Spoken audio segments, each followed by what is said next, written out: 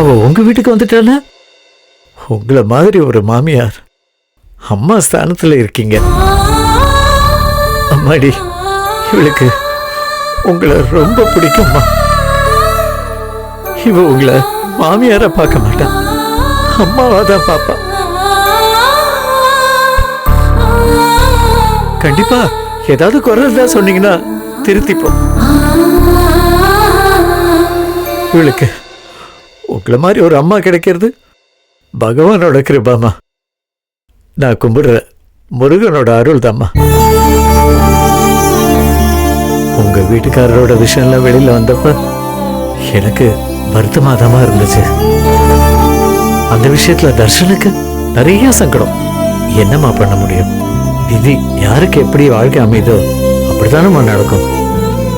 அது அவங்களோட கர்மம்மா. இல்ல யாரும் யாரையும் குறை சொல்றதுக்கு எதுவுமே இல்லம்மா. அம்மாடி, மன்னிக்கணும்மா. உங்க மனசு சங்கடப்படுற மாதிரி ஏதேதோ பேசிட்டேன். ஆமா, நீங்க பார்கவி கிட்ட ஏதோ பேசணும்னு சொன்னீங்க இல்லையா? பேசிட்டுங்க. நான் கடை வரைக்கும் போயிட்டு வந்துடுறேன். சரியா? உட்கார்ந்து பேசுங்க. பார்கவி, உட்கார வச்சு பேசு. உட்காருங்கம்மா. உட்காந்துக்கங்க.